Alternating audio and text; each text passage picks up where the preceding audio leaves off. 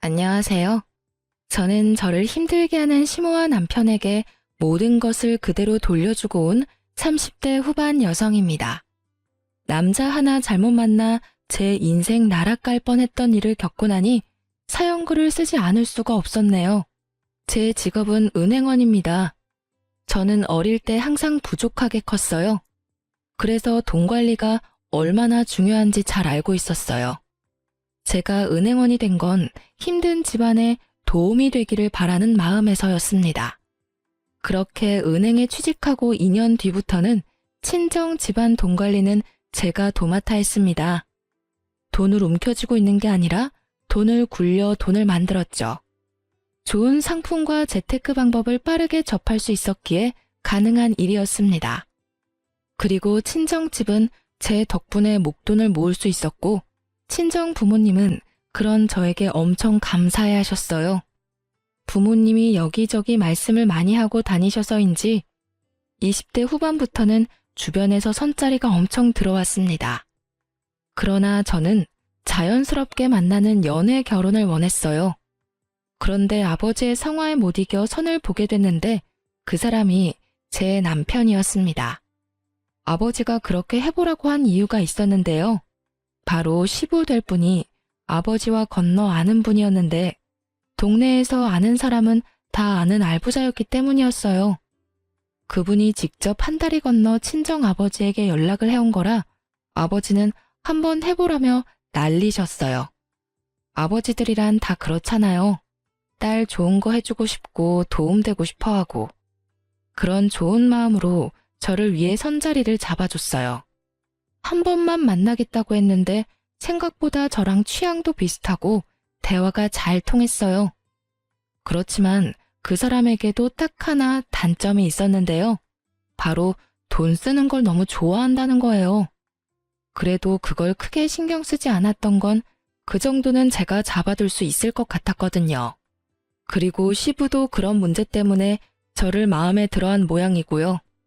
그렇게 남편과 1년 넘게 만나다가 시부가 더 만날 거면 결혼을 하라고 하셨어요. 남편의 과소비가 걱정이었지만 그 부분에 대해 남편과 결혼 전 충분하게 이야기를 나누었어요. 남편의 경제권과 제 경제권을 합해서 제가 관리를 하겠다고 말하고 남편에게는 용돈을 받아서 쓰라고 단도직입적으로 이야기했습니다. 저희의 미래를 위해 그리고 시부의 의견이라고 말이죠. 그랬더니 남편도 처음에는 조금 꺼려하는 것 같더니 알겠다고 하더군요. 그렇게 저희는 결혼에 꼴이 나게 되었습니다. 그런데 저희 시부는 저를 탐탁치 않게 생각했습니다.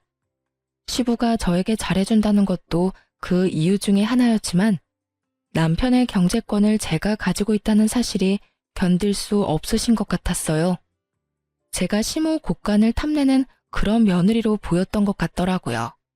저는 그런 시모의 불안을 해소시켜드리기 위해 2주에 한 번씩 꼬박꼬박 시댁에 남편을 데리고 갔고 남편 이름으로 시댁의 용돈도 두둑히 드렸습니다.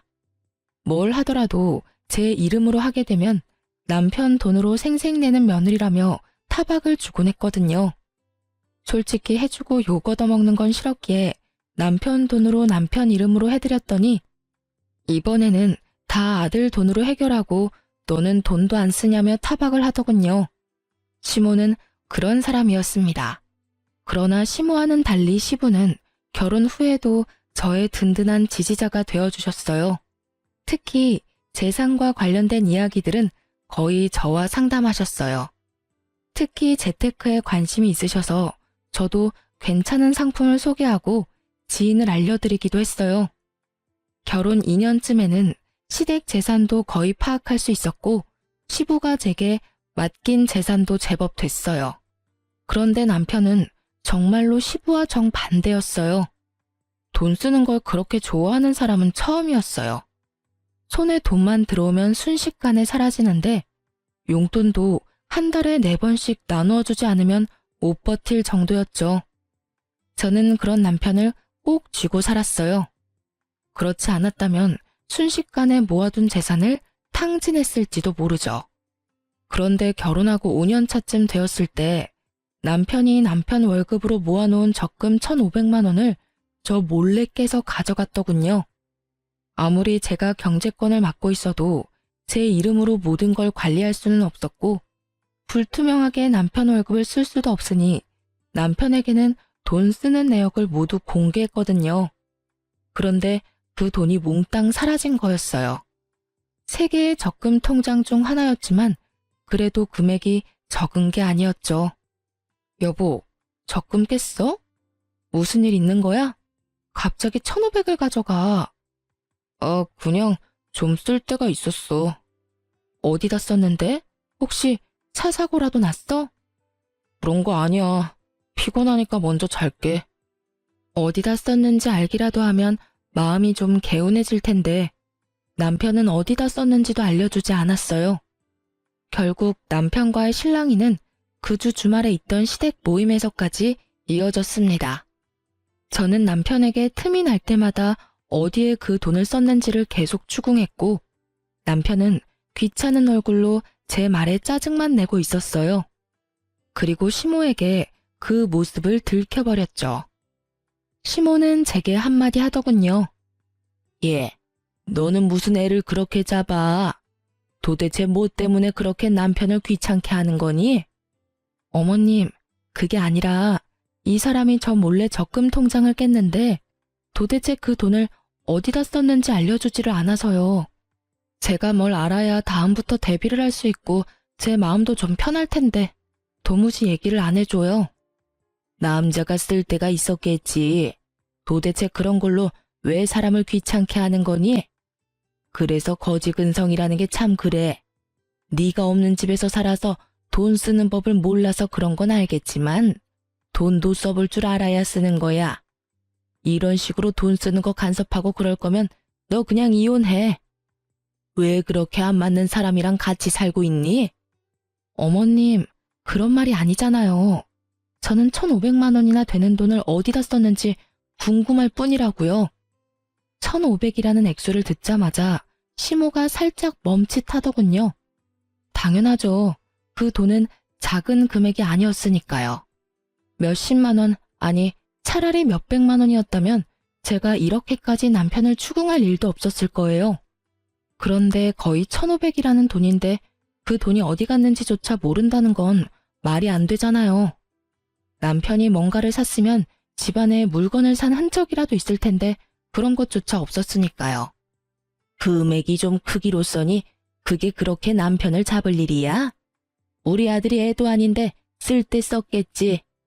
남들 앞에서 이게 다 뭐 하는 짓이니? 꼴보기 사납게. 돈돈거리다가 나중에 고생하는 건 너야. 그 정도는 남편 일탈이라 생각하고 넘어가. 시모는 자기 아들을 잘 모르더군요. 돈 있으면 무작정 써버리는 그 남편의 습관조차 모르고 있는 것 같았어요. 하긴 모든 건 시부가 관리를 했으니 여태까지 남편이 자기 월급으로 무엇을 하든지 어머님은 상관하지 않았던 것 같아요. 게다가 시모가 빌려준 돈은 갚지 않아도 어차피 아들이니 언젠간 갚을 거라는 생각을 했던 것 같습니다. 저는 시모에게 남편의 상태에 대해 정확히 알려야겠다는 생각을 했습니다. 석 달 뒤 저는 좋은 기회를 잡을 수 있었습니다. 저희 결혼할 때 시모가 남편에게 빌려준 돈이 있었어요. 무려 3천만 원이라는 돈이었는데 그건 시부도 모르는 돈이었어요. 제가 남편 월급으로 돈을 모은 이유도 나중에 시모가 그 돈을 달라고 하면 주기 위해서 모은 거였어요. 남편은 그 돈 갚지 않아도 된다고 했지만 또 모르잖아요. 그런데 시모가 돈을 돌려달라고 하더군요. 저는 잘 됐다 싶었어요. 그래서 남편에게 말했죠. 얼마 전에 어머님이 당신한테 빌려준 돈 갚으라고 전화 오시지 않았어? 나한테는 연락 오셨던데. 맞아. 3천만 원 갚으라고 하시네. 당신한테도 전화 오셨어? 내가 당신 월급 관리하는 거 아시니까. 어떻게? 저번에 깬 적금 1,500은 아직 있어? 그거 빼고 1,500만 줄까? 그거 다 쓴 지가 언젠데. 그걸 어디다 썼는지는 나한테 알려주지는 않았잖아. 하긴 내 돈도 아니고 당신 돈인데 어디다 썼든 알게 뭐야. 그럼 3천만 원 당신한테 줄 테니까 당신이 어머님한테 드려. 웬일로 나한테 시켜? 어머님이랑 그 1,500 때문에 당신이랑 헤어지라는 말까지 들었는데 내가 그걸 또 내 손으로 들여봐. 이번에는 또 무슨 소리를 들을지 모르잖아.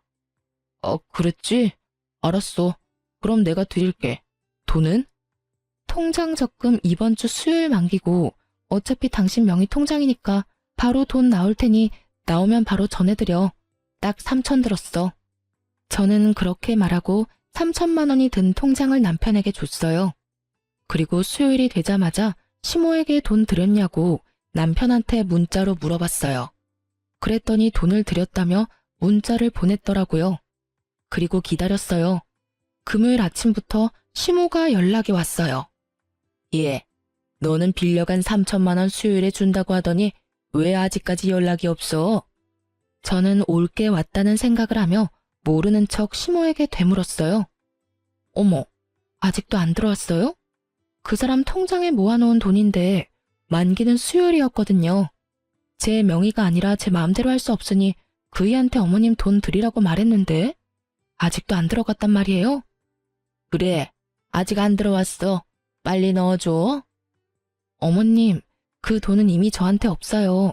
그이가 애도 아닌데 알아서 드렸겠죠. 그런데 이상하긴 하네요. 수요일에 제가 남편에게 물어봤더니 돈 드렸다고 하더라고요. 너 설마 나한테 거짓말하는 건 아니겠지? 아들한테 물어봐도 되니? 그럼요. 꼭 물어보세요. 그리고 저는 보냈다는 문자 내용이 있는데 보내드릴까요? 됐다. 내가 전화해보마.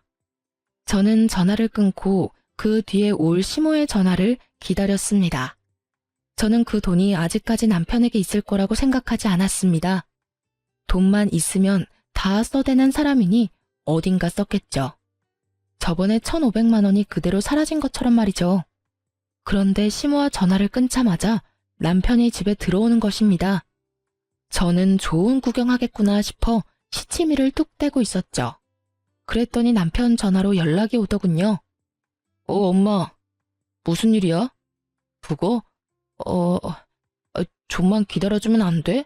아직 돈이 안 나와서. 뭐? 그렇게 말하면서 남편이 제 눈치를 보더군요. 저는 왜 그러냐는 눈빛으로 남편을 바라보았습니다. 남편이 한숨을 푹 내쉬더니 말하더군요. 혹시 오늘 엄마 전화 받았어?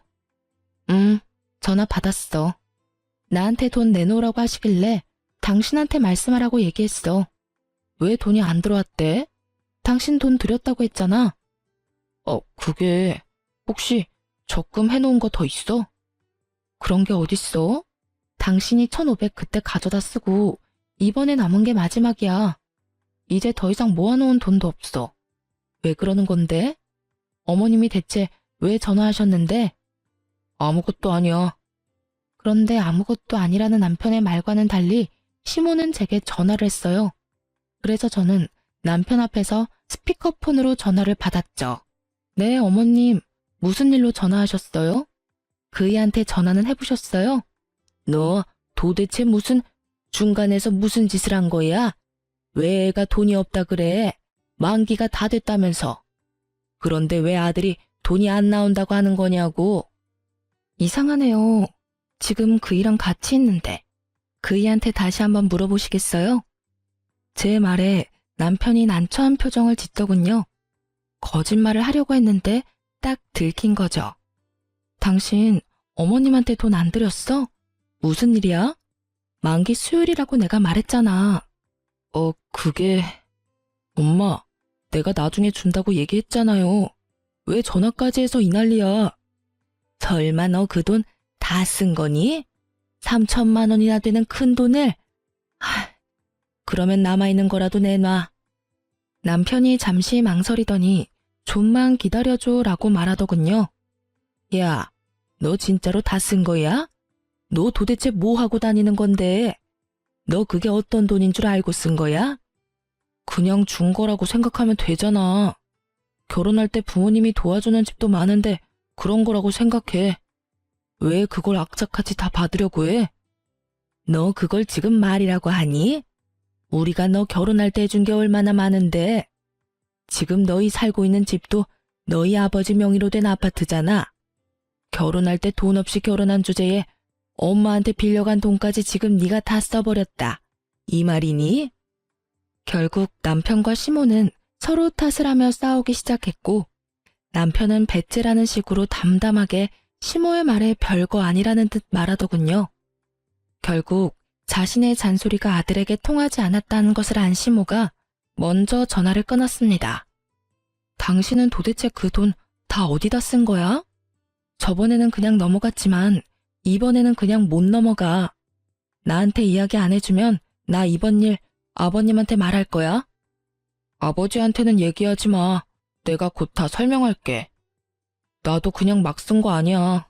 당신한테 충분히 설명할 수 있으니까 몇 개월만 기다려줘.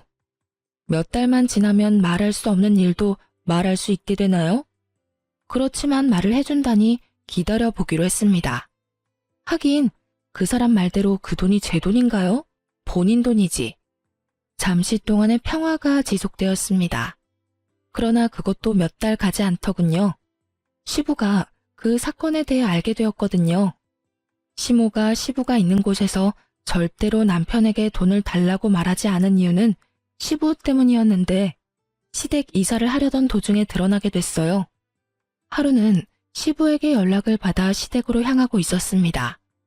시댁에서 부르는 일이 많지 않았는데 시부가 부른다니 약간 걱정이 되기도 했습니다. 웬만하면 잘 부르시지 않고 볼 일이 있어도 밖에서 보는 걸 더 좋아하시는 분이셨거든요. 제가 갔더니 발등에 불이 떨어진 건지 침울한 표정의 시모와 화가 잔뜩 나 얼굴이 붉어진 시부의 모습이 보였습니다. 야, 너 엄마한테 받은 돈 어디 갔어? 시부의 그 말에 남편이 뚱한 표정으로 대답했습니다.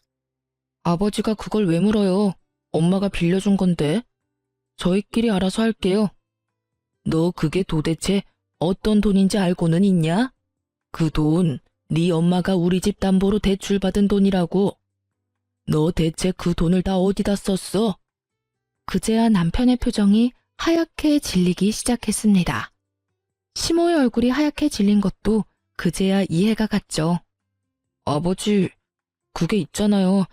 사실 그 돈은, 제가 다 썼어요. 남편의 이실직고에 시부의 얼굴이 새빨개지더니 갑작스레 시부가 뒤로 넘어가 버렸습니다. 그리고 그 순간부터는 아수라장이었어요. 구급차에 시부가 실려가고 입원을 하고서야 시부가 뇌졸중이 왔다는 것을 알게 됐어요. 평소 고혈압이 있으셨는데 그날따라 남편 일 때문에 약도 못 드시고 화가 나서 남편을 추궁하다가 혈압이 갑자기 오른 것 같다고요. 그런 일이 있으니 남편은 고개도 들지 못하고 있었습니다. 그렇지만 이 와중에 시모는 남편이 아닌 저의 탓을 하더군요. 네가 문제야. 네가 중간에서 잘 해결했으면 이런 일이 없었지 않니? 매번 항상 똑 부러지는 척은 혼자서 다 하더니 이런 일은 왜 똑 부러지게 해결을 못해서 이 난리를 만들어? 어머님, 저번에 이 사람이 1,500만 원 다 써버렸을 때 저한테 뭐라고 그러셨어요? 남편도 못 믿으면서 무슨 결혼 생활을 하냐고. 그렇게 살 거면 이혼하라고 하셨잖아요. 그래서 저는 이 사람 믿어준 것 뿐이에요. 그리고 어머님께서도 아셔야 된다고 생각했고요. 그 돈을 제가 쓴 것도 아닌데 왜 제 탓을 하는지 모르겠네요. 남편 명의였고 남편 이름으로 된 통장에 있었어요. 그러면 당연히 남편한테 물어야 하는 게 맞는 거 아닌가요? 왜 아무 상관없는 저한테 계속 책임을 지라고 말씀하시는 거예요? 그렇게 말하면 안 되지. 여태까지 우리 집 재산 관리는 네가 다 했지 않니? 그런데 왜 갑자기 이번 일만 네가 쏙 빠진 거야? 나는 너 용서 못해. 그러니까 네가 책임지고 네 시아버지 돌봐라. 집 팔고 들어와서 시아버지 수발 들어. 다 늙은 내가 해야겠니? 몇십 년이라도 팔팔한 네가 해야지. 합가요? 아버님이 아프시면 전문 병원에 맡기는 게 맞는 거고 합가를 하지 않아도 아버님을 충분히 돌볼 수 있어요. 왜 굳이 합가를 하시라고 하는 건지 모르겠네요. 그리고 누누이 말하지만 돈을 쓴 건 제가 아니에요. 어머님이 저한테 뭘 원하는지는 모르겠는데 그런 걸 원하시기 전에 아들하고 이야기를 더 해보세요. 그 1,500, 3,000 어디다 썼는지요? 남편이 그 돈 몰래 안 썼으면 아버님 쓰러질 일이 있었겠어요? 그리고 당신이 이야기해봐. 왜 당신이 저지른 일 때문에 내가 이렇게 스트레스를 받아야 해? 나는 이런 식으로 합가하는 건 원하지 않아. 아버님이 아프셔서 내가 정말로 집에서 수발을 들어야 한다면 모르겠지만 지금 당장 병원에 있으셔야 하는데 왜 합가를 해? 우리 집에서도 충분히 가능한 일인데. 당신 진짜 너무 뻔뻔한 거 아니야? 어떻게 아버지가 아프신데 돈 얘기만 할 수 있어. 그리고 합가를 안 하겠다는 건 아버지 수발을 들지 않겠다는 얘기잖아. 집에서 들든 시댁에서 들든 아무 상관없으면 시댁에서 들어도 되는 거잖아. 네가 합가 반대하면 난 너랑 이혼할 거야. 어차피 우리 사이에 아이도 없잖아. 이상한 생각이 들었습니다. 남편이 왜 저렇게 뻣뻣하게 나오는 거죠? 지금 당장 저와 시부에게 빌고 빌어도 모자랄 판에 이혼을 하자고 하다니요. 저는 당황스러워서 남편에게 물었습니다. 설마 지금 당신 나하고 이혼하자고 이야기하는 거야? 그래. 합가 안 할 거면 이혼해. 당신한테 정말 실망했어. 아버지 아픈데 어떻게 그런 말을 할 수가 있어? 우리 아버지한테 이쁨 받은 건 당신이잖아. 그러고는 남편이 자리를 떠버리더군요. 저는 남편 몰래 사람을 써서 뒤를 캤어요. 그런데 깜짝 놀랄 만한 소식을 듣게 됐어요.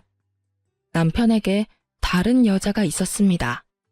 숨길 생각도 없이 만나고 있더군요. 게다가 바람피는 여자는 제가 아는 사람이었습니다. 제 건너 지인이었거든요.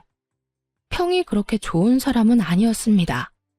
친구 말로는 상여우라고 하더군요. 자신의 외모를 이용해 총각 유부남 가리지 않고 돈 뜯기로 유명한 여자라고 했습니다. 그래서 저는 그 여자의 SNS를 타고 들어갔습니다. 남편과 바람피는 걸 확인할 수 있지 않을까 싶어서요. 그런데 몇 달 전부터 굉장히 많은 사진이 올라오더군요. 분명히 혼자서 가서 찍을 만한 곳은 아니었습니다. 게다가 남편이 적금을 깬 그날 올라온 사진을 보니 100일 선물로 받은 명품 가방 사진이라며 사진을 떡하니 올려놨더군요. 그제서야 감이 딱 왔습니다. 이 남자가 이 여자 명품백을 주려고 적금을 깼구나 하고요. 그리고 3천만 원의 행방도 안 봐도 뻔했던 거죠. 제 남편과 그 여자가 사귀는 동안 그 여자의 사진에는 온갖 종류의 명품들이 다 올라왔습니다. 비싸고 유행하는 물건들. 그걸 보고 저는 정이 확 떨어졌어요. 저와의 결혼 기념일에는 케이크 하나 사준 적 없는 사람이었습니다.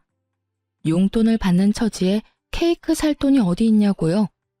저도 남편에게 용돈을 주는 생활을 하면서 그런 걸 바라지도 않았습니다. 아니, 바랬지만 뒤로 갈수록 바라지 않게 되었다는 것이 맞는 말이겠죠. 그런데 그 여자에게는 적금까지 깨서 명품을 선물한 걸 보고 남편의 의도를 제대로 확인해버렸죠. 남편이 그 돈의 행방을 말하지 않은 이유는 명확했습니다. 몇 달 뒤에는 저와 이혼하고 그 여자와 함께할 미래를 미리 그리고 있었던 거예요. 거기까지 생각이 미치니 남편과의 결혼을 유지해야 할 어떤 이유도 없었습니다. 저는 남편과의 이혼을 마음속으로 이미 결정했습니다. 합가를 하지 않으면 이혼을 하겠다는 그 말은 그냥 해본 말인 거죠. 그렇다면 원하는 대로 해줘야죠. 자신이 지금 어떤 여자에게 정성을 다하고 있는지를 모르는 상황에서 다시 한 번 더 남편 놈에게 본때를 보여줘야 할 것 같았습니다.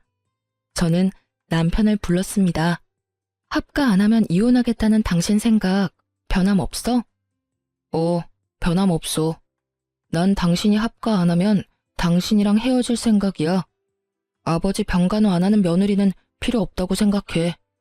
분명히 말하겠는데 나는 병간호 하지 않겠다고 말한 적 없어. 아버님을 모시더라도 그건 우리 집에서도 할 수 있다는 말이었고, 그런데 당신이 지금 앞뒤 다 잘라먹고 무조건 합가 안 하면 이혼하겠다고 하고 있잖아. 그만하자. 이렇게 말 돌리는 거 나 다 알아. 제 말에 남편 놈이 흠칫하더군요. 당신이 왜 이혼하자고 하는지 다 안다고. 당신 바람 피고 있잖아. 나 몰래. 그래놓고 정말 웃기다. 아버님 핑계 대면서 이혼하자고 하는 거야? 차라리 솔직하게 말하지 그랬어. 다른 여자랑 같이 있고 싶으니까 이혼하자고. 무슨 말이야? 내가 무슨 바람을 피워? 바람 안 핀 걸로 하고 싶니? 그러면 그렇게 해. 어머님한테는 말하지 않을게. 그렇지만 나는 내가 유책 배우자로 이혼할 생각은 전혀 없어. 변호사 사서 소송할 거고 당신이 나를 이용하도록 놔두지는 않을 거야. 어머님한테 말하는 건 당신한테 맡길게. 그리고 제 말을 듣던 남편은 웬 떡이냐 싶은 표정으로 웃고 있더군요. 하긴 쉽게 이혼해주는 것 같아서 기분이 좋았겠죠. 하지만 저는 쉽게 이혼해줄 생각은 전혀 없었습니다. 그리고 이혼 소식을 시모가 들었는지 저에게 전화가 왔더군요. 너 이러는 거 아니다. 네 시아버지 아파서 누워 계시는데 어떻게 지금 이 상황에 이혼을 이야기하니? 너 설마 아버지 수발 들기 싫어서 이혼하자고 하는 거니? 그런 거 아니고 이혼은 그 사람이 먼저 이야기를 했고 저는 합가를 들지 않아도 아버님 수발을 들겠다고 분명히 말했어요. 그거를 받아들이지 않은 건 남편이고요. 그러니까 하고 싶은 말이 있으시면 아드님한테 하세요. 이 모든 게 남편 계획이니까요. 너 이렇게 헤어진다고 해서 너 혼자 잘 먹고 잘 살 수 있을 거라고 생각했어? 주변에서 너 시아버지 수발 들기 싫어서 이혼한 거라고 소문 다 나면 좋은데 시집이라도 갈 수 있을 것 같아? 네가 우리 아들만큼 괜찮은 남자를 어디 가서 만나니? 그러니까요. 늙어서 혼자 죽어도 상관없으니까 어머님 아드님 같은 분하고는 같이 살기 싫어요. 그리고 아들한테 무슨 소리를 들었는지 모르겠지만 제 남편이 먼저 바람나서 저한테 이혼하자고 한 거거든요. 좋으시겠어요. 여우 같은 며느리 맞이하게 되셔서. 저는 그렇게 이야기하고 전화를 뚝 끊었습니다. 그리고 남편 놈 이름으로 시모에게 하던 모든 걸 끊어버렸어요. 2주에 한 번씩 남편을 데리고 시댁에 가는 것도, 남편 이름으로 용돈을 주던 것도 끊어버렸죠. 그리고 남편에게 시모에게 연락하라는 잔소리도 더 이상 하지 않게 되었죠. 그렇게 되니 당황한 건 제가 아니라 시모였던 것 같아요. 남편은 정이 없고 본인 부모에게도 애정을 그리 갖지 않는 사람이었어요. 그 사람에게는 돈만 중요할 뿐이지 부모는 그 뒤 이야기였거든요. 그런 남편 멱살 잡아가며 시모에게 효를 다하도록 만든 건 저였죠. 그런데 한순간에 다 사라졌으니 시모 입장에서는 아들이 갑자기 변해버렸다는 생각밖에 들지 않았을 거예요. 그리고 저는 이혼 소송을 하면서 상대방 여성에게 상간녀 위자료 소송까지 했습니다. 아시잖아요. 상간녀 소송하면 남자 쪽에서 다 내주는 거. 결국은 남편도 그렇게 한 것 같더라고요. 그 여자에게 빠져서 시모에게 주던 돈도 그 여자한테 주고 시모에게 매주 가던 것도 그 여자에게 가고 제가 모아뒀던 돈으로 그 여자에게 차까지 선물했더군요. 그것을 알게 된 것은 그 여자의 SNS에서였습니다. 제가 이혼을 선언하고 난 뒤부터 그 여자 SNS에는 남편에게 받은 선물들로 가득 차더군요. 그리고 남편 놈의 얼굴도 같이 찍혀 나오기 시작했죠. 아주 당당하고 자신감 있는 상간녀의 행보였습니다. 제가 할 복수는 간단했습니다. 저는 이혼 판결 떨어지기 직전에 제가 담당하고 있던 시부의 재산 관리에 대해 남편에게 알려줬습니다. 특히 시부가 특별히 관리하던 부동산 같은 경우에도 남편에게 다 알려줬어요. 모든 것이 시부 명의로 되어 있는 재산들이 있기 때문에 저는 이혼 전 남편에게 모든 것을 돌려준다는 명목하에 시부 재산과 관련된 것도 남편에게 다 알려준 거였어요. 제가 남편에게 그 목록을 알려주었을 때 남편은 눈이 확 커지더군요. 이게 다 뭐야? 이거 아버님이 나한테 관리하라고 했던 재산 목록들이야. 아버님 명의로 되어 있으니까 내가 가지고 있어봤자 아무 소용없고 어차피 당신과 나 이혼할 건데 이런 거 가지고 있다가 이혼할 때 또 무슨 소리 들을지 모르니 깨끗하게 다 당신한테 돌려주는 거야. 원래라면 아버님한테 돌려드려야 하는데 아버님 상태가 지금 좋지 않으시잖아. 그러니까 당신이 책임지고 관리하고 어머님한테도 말씀드려. 난 당신과 이혼하면 이 일에서 완전히 손 뗄 테니까. 남편의 눈동자가 욕심으로 번들거리는 것이 보였습니다. 그리고 이혼하고 한 달 뒤 시모에게 연락이 왔더라고요. 야, 너 도대체 뭐 하는 년이야? 감히 우리 집 재산을 탐내? 돈 다 어디다 빼돌렸어? 악에 가득 받쳐 화를 내는 시모의 목소리에 저는 태연히 말했습니다. 도대체 무슨 돈을 말씀하시는 거예요? 재산이라니. 저는 아는 바가 전혀 없습니다. 네가 모르는 게 어디 있어? 우리 남편이 너한테 재산을 다 맡겼는데 그 재산들이 지금 하나도 없잖아. 지금 통장에 땡전 한 푼이 없어. 네가 다 가져간 거지? 제가 관리하던 건 남편에게 모두 다 줬어요. 제가 가지고 있을 필요가 없으니까요. 이미 남남인데 제가 가지고 있으면 그거야말로 범죄죠. 제가 변호사 입회하에 남편에게 모조리 다 돌려줬어요. 그러니까 하고 싶은 말이 있으시면 아들한테 하세요. 저한테 전화하실 게 아니라. 뭐? 너 설마 진짜로 우리 아들한테 그 돈을 다 줬니? 네. 아버님 그렇게 되고 후견인이 남편밖에 없잖아요. 그래서 준 거예요. 네가 지금 정신 나간 짓을 했어. 너 지금 집이 어떻게 돌아가는지 아니? 부동산에 적금에 병원비까지 탈탈 털렸어. 그리고 나랑 남편이 내는 보험까지 다 해지하고 해지 환급금까지 아들이 다 가져갔더라. 너 어떻게 이럴 수가 있어? 네가 그걸 우리 아들한테 주지 말고 나한테 줬어야지. 왜 그걸 아들한테 줬냔 말이야? 이상하네요. 어머님이 저번에 그러셨잖아요. 아들이 애도 아니고 뭐가 그렇게 못 믿겠냐고요. 그래서 돌려드린 것뿐이에요. 그리고 어머님한테 돌려드릴 수도 없는 노릇이었어요. 저랑 그 사람 이혼한다고 어머님이 저한테 얼마나 화를 많이 내셨어요? 제가 어머님하고 이야기를 하고 싶었겠어요? 너 설마 우리한테 엿먹이려고 지금 이런 짓 하는 거니? 너 우리 돈 다 털리라고 아들한테 돈 쥐어준 거야?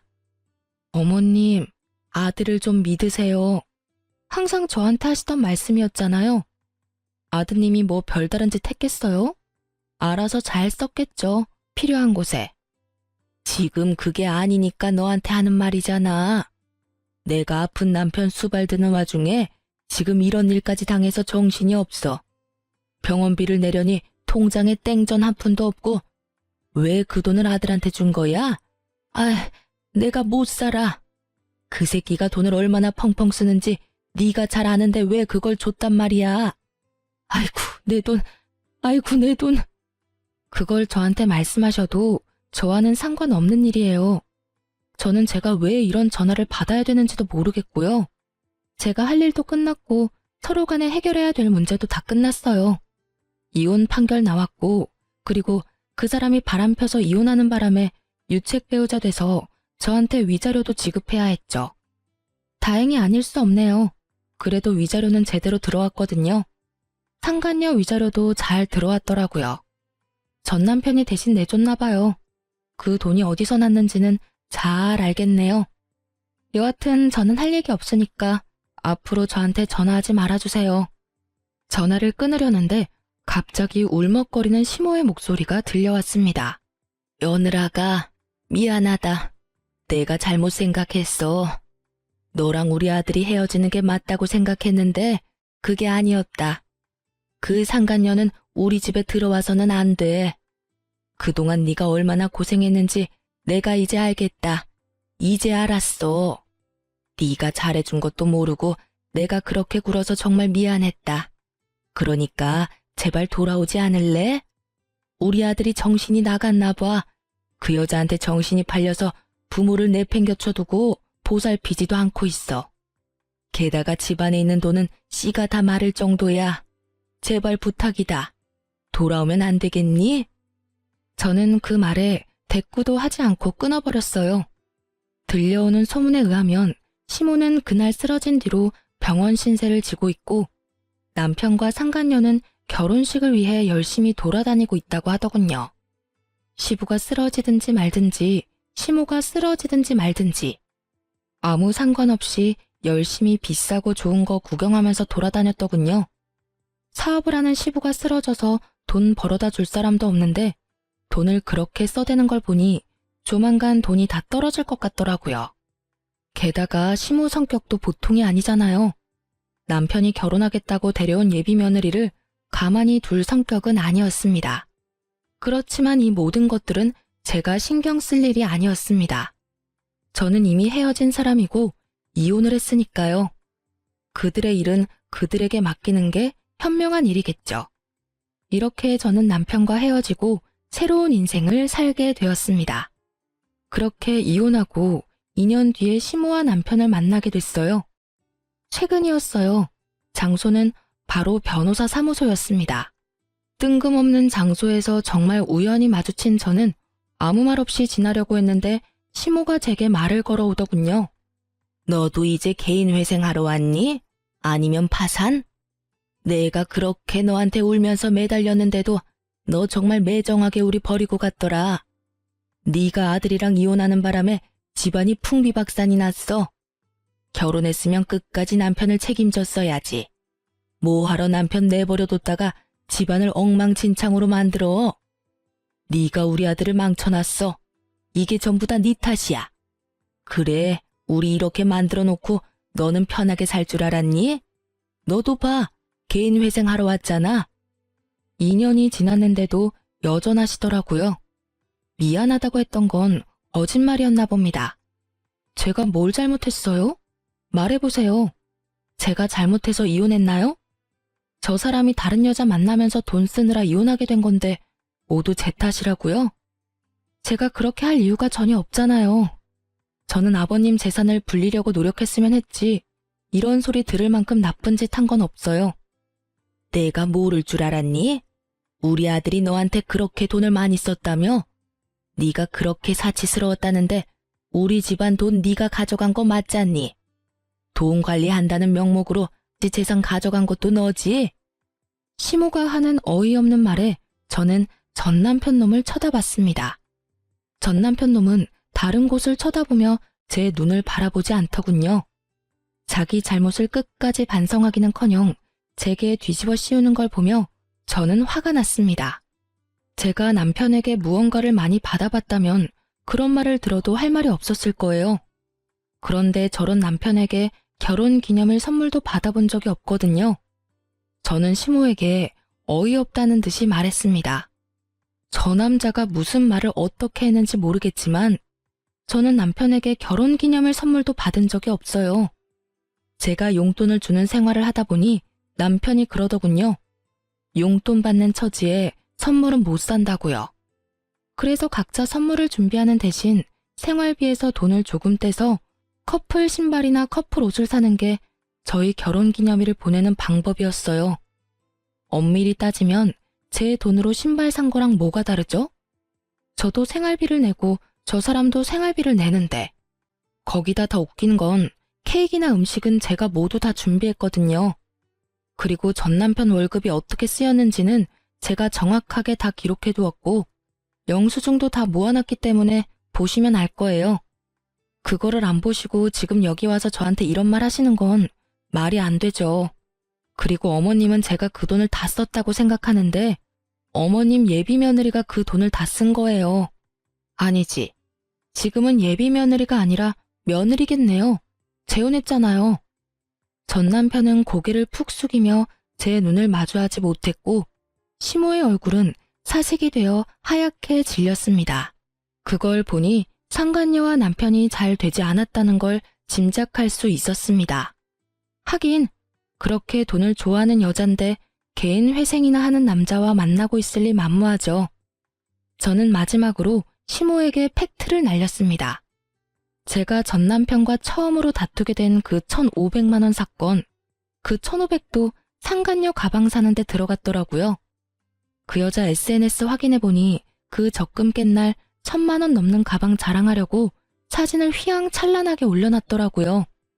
전 남편이 어머님한테 돌려줘야 했던 3,000만 원도 그 여자한테 썼던 것 같던데 확인 안 해보셨나 보네요? 시모가 제 변명 아닌 변명을 듣고는 다 이해한다는 어조로 제게 비웃으며 말하더군요. 그래, 뭐든. 너도 지금 개인 회생하러 변호사 사무실 찾아왔는데 그런 너 붙잡고 이런 말 하는 것도 웃긴 일이지. 안 그러냐? 시모는 마지막까지 저의 자존심을 박박 긁으려는 듯 소리를 지르더군요. 그리고 그때 변호사 사무실에서 변호사가 나왔어요. 그리고 변호사가 저를 향해 여보라고 부르는 순간 그 공간이 싸늘하게 식었습니다. 여보, 서류 놔두고 간 거 있다고 해서 갖다 주러 왔어. 이거 맞지? 맞아. 고마워. 여기까지 오느라 고생했어. 조금 있다가 점심시간이니까 기다릴래? 같이 밥 먹으러 나가자. 제게 잠시만 기다려달라고 하던 남편이 대기하던 한 사람을 데리고 변호사 사무실로 먼저 들어갔어요. 저는 시모를 보며 웃었습니다. 저는 개인회생 하러 온 게 아니고 재혼한 남편 서류를 주러 왔어요. 무슨 착각을 하셨는지 모르겠지만 저는 개인회생 파산과는 거리가 멀거든요. 알다시피 돈 관리는 철저하게 하니까요. 누구랑은 다르게요. 어쨌든 과거 이야기는 과거 이야기고 솔직히 말하면 저는 지금도 잘못 없다는 입장이에요.